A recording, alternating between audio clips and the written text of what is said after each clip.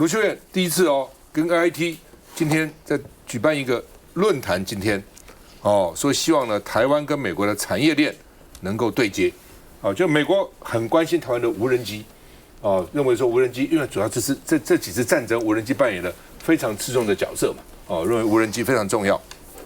那所以呢這個 AIT 這個就跟台中市一起舉辦這個叫做台中無人機產業與海外商機論壇，因為台中那邊這個工作母機啊，還有五金行業啦，這個機械業啊等，台中那邊是非常發達的其實這也是盧秀燕不選黨主席原因之一。他自己那時候跟我講，為什麼不選黨主席？他說那個時候這個台中那個地方傳統產業其實蠻不景氣的，這個時候我不應該這個跑到別的地方去當時他是這樣說的所以他在台中那個地方的這個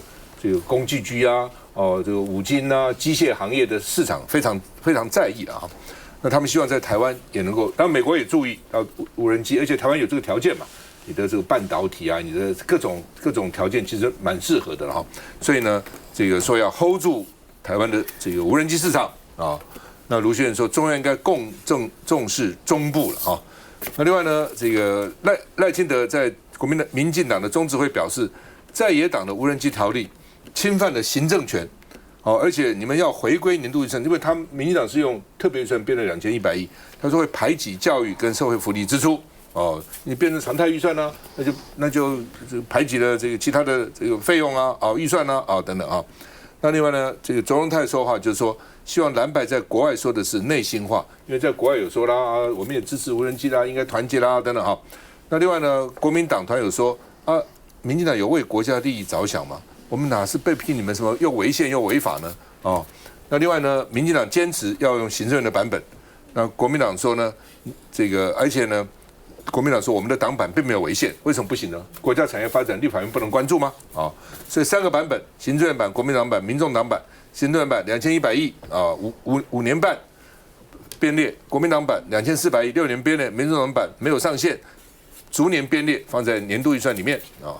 那另外呢，牛許婷說，如果用特別條例，就是開一張空白支票，擔心綠能蟑螂的噩夢又重現了。因為以前不是就是綠能的時候，很多人說在中間撈錢嘛，所以他接受中廣王淺秋的訪問的時候，擔心會不會又變成一個無人機蟑螂他擔心這個了那李文忠說，國民黨的無人機條例就是藍營的比行政院版高明，所以朝野不應該這樣互相攻擊，應該融合妥協。我們看一下。現在中部產業已經成熟了，中央更應該重視成熟的區域。中央規劃投入無人載具產業，應該把更多的資源放在以台中為主這個區塊，讓整個大中部成為現成的無人載具產業的廊帶。打造下一座的護國神山。好，這個宏偉怎麼看第一個，盧秀燕為什麼跟 AIT 合辦這是第一個。第二個呢，這3個版本到底哪個比較好？好，我先講為什麼台中這麼重視無人機產業？就剛才那個趙大哥所說的，那台中除了這個工具機的這個，它有一個產業鏈在那邊，他們的精密機械是非常非常強，在全世界都很強。那所以你今天發展無人機的過程裡面，你一定要帶動我們的產業，也就是說你要跟國內的產業的結合。好，所以為什麼我來講說？國民黨版的無人機的這個特別條例，絕對遠遠優於行政院版。那你看，連李文忠又不是國民黨，李文忠是民進黨的那他一看，他看得懂嗎？一看就知道說國民党的版本會比較好。好，我要講就是說，現在從總統府到行政院都說你們提這個無人機版本的是違憲。他說，立法院提是違憲的。好，這個就是已經剝奪了行政權。他在講什麼？記不記得我們那時候就是軍購的特別條例，我們不是提出8700億嗎？這個不就是這個？因為那時候是不對，7800億跟那個藍白合提的。那請問一下，我們那邊有沒有違憲你行政院還是接受如果你說無人機特別特別條例是由這個在野黨提出，立法院提出是違憲，那請問一下，後來通過的版本不是行政院版這8700億通過的是立法院，也就是這個藍白所提出來的版本，那你有不接受嗎？你有說它違憲嗎？你沒有說它違憲。好，第二點，他說你如果按照用公務預算的話，會排擠掉什麼社福啊、民生的預算。那這些預算，不管是特別預算、公務預算，用的全部是公庫的錢。那你用特別預算，好，5年2100億，你說不會排擠啊？我用公務預算6年2400億就會排擠，我就不懂了。你這個是不是排不排擠都是你在講的嘛？大概一個2100億跟2400億的差別，而且我們把它拉長到6年，你5年花2100億，你就沒有排擠，就奇怪。好，為什麼特別在講這個國民黨提出來的版本？我們跟行政院版本最大的不同，就是我們有關心到，就是有照顧到台灣的本土產業，在特別條例裡面，我們特別提到的國產化，所以在這國產化裡面就說，2年你的國產化的比例要達到50%，4年國產化的比例要達到80%，也就是說，我們未來它的長期、中期計劃，未來是應該可以滯銷，好，就是讓我們本土產業可以分到這個無人機的這個大餅。那另外一個洩密，我們也關心到，因為這個一定是因為這是國防那個無人機嘛，那所以你的洩密的話呢，它可以就是求刑到10年。還有一個非常重要，因為你这是國防無人機，所以呢，它要分散它的產地。你知道，民進黨永遠都是選舉考量，大概也都知道，他以後無人機產業，他現在準備放在南部啦，這就是選舉考量。但是呢，我們沒有選舉考量，要求的是起碼你要放到3個縣市，因為你有可能真的發生戰爭的時候，搞不好你就被炸，就像那個波灣戰爭的時候，炸你基地，炸你的這個什麼煉油設施。所以呢，至少這個你的生產基地要把它分散。所以國民黨的版本除了這個金額是比較多，而且放入公務預算，我看到那個顧立雄說：“哎呀，那不然你們就承諾保證絕對不刪預算。”我說：“顧立雄，你自己這麼沒有信心哦？因為什麼我們要審查？就是呢，在你的執行的過程裡面，你不能有貓膩嘛，你不能有舞弊嘛，你不能圖利這個綠油油特定的產業，因為過去實在太多了哈，這個已經是這個族繁不及備載。如果你的執行是能夠真正的好好的執行，你為什麼怕被審查？如果你怕被審查，你就是心虛啊。”艾宇軒，國民黨的版本哦，不止錢更多，而且啊還更全面。行政院的版本我今天有带來哈，就只有3張 A4，再加7行哦，然後條文呢就只有7條，要2100億，1條300億。這樣的一個條文呢，你說能夠幫助無人機發展到什麼程度？我實在是非常的質疑啊！所以這根本就是一個空殼法案。那麼我要說哈，現在賴清德總統也好，行政院秘書長也好，說我們立法院國民黨版是違憲啊。我也做過這個國防召委啊，我們那時候也提過相當多的這些預算。事實上，他說行政院提出的預算，立法院不應該增加。對，預算案不可以增加，但是特別條例不是預算案，特別條例是法律案。法律案就是授權給你要花多少錢，那立法院呢授權給你要花一個上限的錢，你行政院要不要編足，那個是你行政院的權利，你也可以不編吶。我給你1000億，你也可以1毛錢都不要花，這就是你的行政權吶。但是我編給你1000億，你裡面要怎麼花，要怎麼樣分年花，要買什麼東西，這就是行政權。所以怎麼可能我編一個上限給你，然後你就說違法呢？就像洪維姐講的，我們之前哪個特別條例不是編給你，哪一個違憲？沒有嘛。所以你賴清德總統跳出來講這個話，講違憲，他就應該是守護憲法、最了解憲法的人。賴清德總統他的憲法知識根本不及格。那我現在再來說哈，這個年度預算為什麼不可以？基本上現在年度預算雖然今年度的還在審，明年度的現在已經就要送來了，現在已經7月了，下個月就要送到立法院來了，加個400億，現在就寫進去，下個月就拿來了，有什麼困難？一點都不難。所以我說你今天不能夠放進去，我說才奇怪。剛才說這個預算不夠，你國防預算過去幾年3年已經漲了3000億了，明年搞不好要破兆，今年要再加1000億。放400億給無人機，剛剛好而已吧。所以我說你今天講這個預算沒有錢也不對，那為什麼要特別條例舉債？就是因為特別條例可以全面的不受舉債法每年15%上限的限制。你等於就是要刷卡換現金嘛，你等於是就要總統剩2年，你要把未來的錢全部都借光光嘛。所以現在為什麼說你刷卡換現金，把無人機當提款機？這個就是你民進黨現在要浪費民脂民膏最嚴重的一個理由所在嘛。對了，基本上就是說，當然你可以用各種理由了啊，每個黨可以講自己的版本好了。但是賴清德講的不太通，就剛剛黃慧講的，你說排擠其他的預算，那奇怪了，那你特別條例也用了錢啦，我就這麼多錢啦，你不是特別條例就常態預算，那用的錢不排擠其他預算嗎？這是第一個。第二個，我們這幾年啊，股市好得不得了啊，那收入多了上兆的錢吶，哎，你說排擠預算，你把預算規模做大一點不就好，就不排擠了嗎？不是，你原來一倍預算這樣子，比如3兆，我現在預算做成3兆3，根本還不需要到3兆3千億的，對不對？是多400-500億而已啊！我做到3兆1好不好？3兆2好不好？就能夠涵蓋這些這個費用了哦。這是一個。第二個，特別像一邊的將近6年呢，你賴清德任期還剩多少？賴清德剩2年呢，我怎麼能把下一任總統的4年這個編進來呢？就算是下一任總統是民進黨，也不一定是賴清德啊，一定是你嗎？如果換黨不用說，就算同黨也是別的總統啊。年度預算分年編列。在這個地方，我覺得沒有影響你的發展嘛，就很奇怪啊。接着再回來。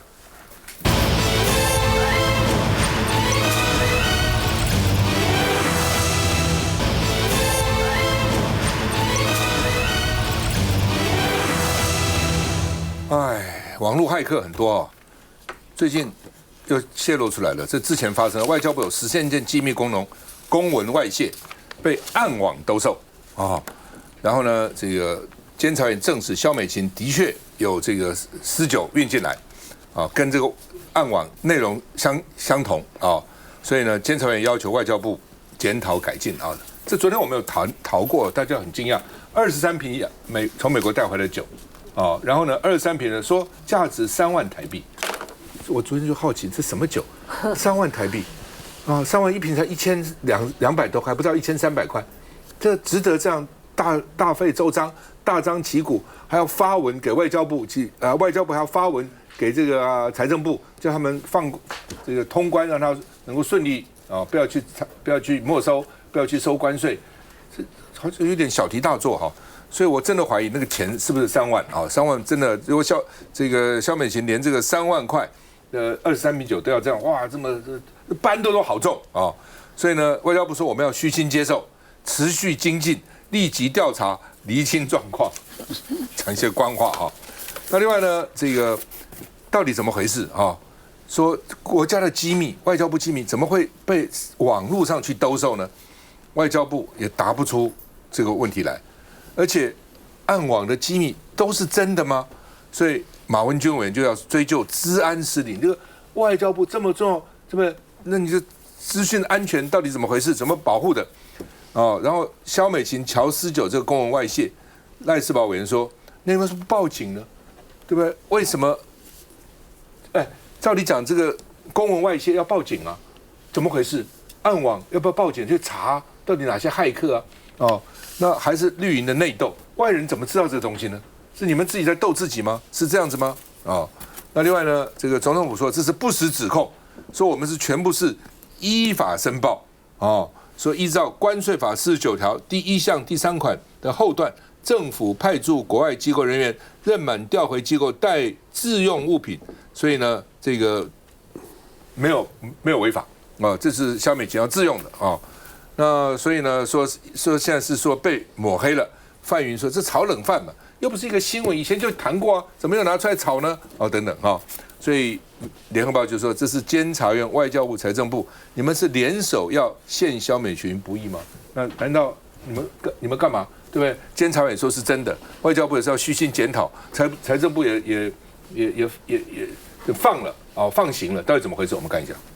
面對最近副總統蕭美琴遭指控2024年找外交部喬私酒案，要求不要查驗之外，他還超買私酒等等的討論，總統府發言人是再度的回應。郭雅慧是說呢，副總統蕭美琴在前往結束的駐外私任務返國之後，他所攜帶的自用物品，包含自用的酒品，都是依照關稅法第49條第1項第3條的後段，政府派駐的國外機構人員認調滿之後回攜帶的自用物品的規定，與我國所有駐外的人員返國通報程序都是一樣的，沒有任何特權的狀況。近日外界頻頻以顛倒是非的言論進行不實的指控，總統府表達強烈的譴責。而郭雅慧強調了，另外依照財政部的政府派駐國外人員的滿調回攜帶自用物品辦法規定了，入境的酒類如果1公升免稅的話，其餘超額都必須依法課稅。對此，本案在免稅額度外已經依法申報，並且繳清相關稅款。來，嘉玲。我上午有跟總統府方面求證，確實的哈，相關的稅款也都繳了，然後。只是我是覺得說這件事情實在是不值得大家一直在討論這個東西，因為什麼？因為你從駐外單位帶回來自用用品，依照相關的規定去申報，這個何錯之有？我也覺得匪夷所思哈。那當然大家會想說，你出入境你帶酒類確實會很麻煩了，也在此提醒國人，然後你如果出入境要帶酒類，盡量符合規定，不然你就要多繳稅。那我再講一下我們剛剛在談這個無人機的部分哈，我是認為說其實人民並不 care 你到底是年度預算還是特別預算，好，人民 care 的是說你對國家有沒有幫助，好，對美國來講，他也不 care 說你是年度預算還是特別預算，我坦白講哈，所以但是行政單位或是總統，但因為行政單位行政院編的，他當然要講一下話，捍衛自己的立場嘛，對不對？但是我知道說，其實在立法院，民進黨的立委也想自己提一個特別條例的版本，但是它不是特別預算，好，因為如果是立委來提特別預算，就比較奇怪一點哈啊，所以。這個事情我覺得要務實來看會比較好。無人機產業對台灣來講是相當重要。我們也看到俄烏戰爭當中，最近這個俄羅斯那邊被打的明明某某都是這個烏克蘭的無人機哈。以前他的這個最厲害的坦克哈，現在無用武之地，甚至他庫存的只剩幾千輛。所以我們看到不對稱的戰爭上面哈，我們做好最好的準備，對我們是最加分的狀況。所以我也希望說，朝野應該要對這個無人機條例好好坐下來談吶。如果民進黨自提了一個版本，我也希望說不要再擋，我們可以藍白綠的版本都進委員會去做詳細的實質的審查，對我們國家整個產業是好的，對軍方也好，對民間也好，對於環境啊種種教育各種的利用都是好事哈。人民，我再講一次，人民不 care 你到底是特別條例還是年度預算，特別預算還是年度預算，他也不 care 你到底是不是違憲，只希望說動作要快。如果再慢了，我們國家的競爭力可能會來不及哦。夏龍，無人機不管是在俄烏戰爭，或者是在美國和伊朗的交戰的過程當中，無人機都發揮了很大的作用。但是這種的第一視角的無人機，其實從戰場上面來講，台灣要發展，台灣有這樣的科技實力，剩下的只是你的 data link 到底能夠連接到誰。因為高端的無人機，尤其要做精準打擊的時候呢，來自於太空中的衛星能夠提供你的精確的情報定位跟訊號，這個是非常非常關鍵的。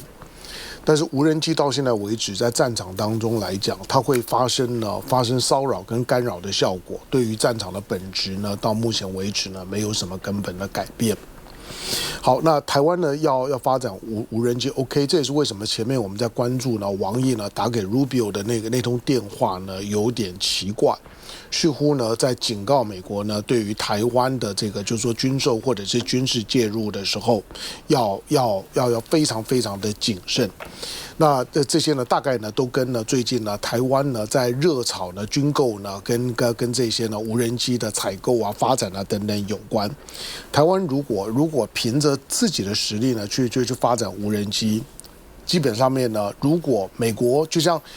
中國大陸呢，當他沒有賣任何的無人機呢給俄羅斯的時候，他基本上面講話就很大聲。所以美國跟台灣到底在這些發展當中要保持一個怎麼樣的態度，這個呢是後續呢需要觀察的部分。台灣現在因為股市非常非常的熱，每天呢成交額呢都破兆。你簡單去算一下呢，按照呢證交稅去算，台灣呢一個月的收入，就證交稅的收入，證交稅一個月大概就有1億美金。那個呢，那其實是非常非常驚人的時候，我們一天呢，就是一天呢，大概就可以有30億呢新台幣，大概就1億美金的收入。現在是台灣呢在手頭很寬裕的時候，所以我們在討論許多事情的時候呢，越來越錢不當錢。但是呢，這個是非常的有風險的事情。好，那我們在關注呢無人機發展的時候，無人機你終究呢要能夠呢發揮呢戰場當中呢很大的不對稱戰爭的以小博大的效果。可是台灣呢在衡量呢自己的戰術的可能性的時候，中國大陸呢大概是現在全世界呢無人機呢系統呢發展的最完整的。那這個呢是需要呢綜合考量的，就是每一個假想敵，每一組的交戰關係，對手的情況都不一樣，所以呢，不是今天呢烏克蘭如何或者是怎麼如何，就可以呢完全的類比在台灣的身上。台灣在面對的今天的大陸的解放軍，是一個呢完全呢不同量級的對手。好，最後呢，我們剛講到的幾件事情啊，我覺得大家呢值得再想想看。第一個呢就是我們經濟學人建議呢，台灣可以把晶片當武器。你第一個要認識的就經濟學人是一個對川普非常不友善的媒體，那叫請鬼拿藥的那個呢，就是呢就抓把狼戲，就是你台灣怎麼不會用晶片去制裁他呢？如果你真的這樣子做，經濟學人一定很開心，但是所有的後果呢，台灣自己負。第二個，台灣今天呢，美國對台灣仍然保持的某種的承諾，其實已經是台灣用50%的晶片去換來的。到底台灣還有多少的晶片的籌碼可以去換？我認為剩下的不多。你如果真的要拿晶片呢去拿捏美國，不是一定不行。但是你要知道，台積電的股權結構裡面，流通的股權70%幾呢，在外資的手裡面，董事會的11個裡面呢，超過一半呢是外國人。技術的部分，如果今天不是上游的技術卡在美國的手裡面，你認為台灣會乖乖就範嗎？就是因為上游都卡在美國的手裡面，所以人家今天叫你台積電搬到美國的時候，你台灣根本就沒有 say no 的勇氣。所以今天經濟學人寫那種東西，反映他對於台積電的本質呢是非常不了解的。好，最後呢，剛嘉玲呢提到的，因為那條新聞出來的時候，我一直在注意，就是有關於呢習近平他或者他的家人在海外呢持有呢巨額的隱匿資產的事情。我就很好奇，就是我們以陳水扁做在陳水扁的在海外的大洗錢的過程當中，我們都知道貪污所得在海外洗錢是萬國公罪，所以不用我們追。美國呢，在海外的這些的機構，全球呢都會幫你去追贓，這跟人沒有關係啊，而是像是愛德蒙這種的組織，他就會去幫你去追贓。從去年美國呢就有這樣的一份的報告出來，但是那個報告看起來從媒體當中捕風捉影的比例很高，所以才會有呢美國的國會要求呢美國的就是說情報總監的辦公室，你要提一份呢更多的就不公開訊息的，讓美國的國會呢可以看到底有多少大陸的高官呢在海外呢有資產。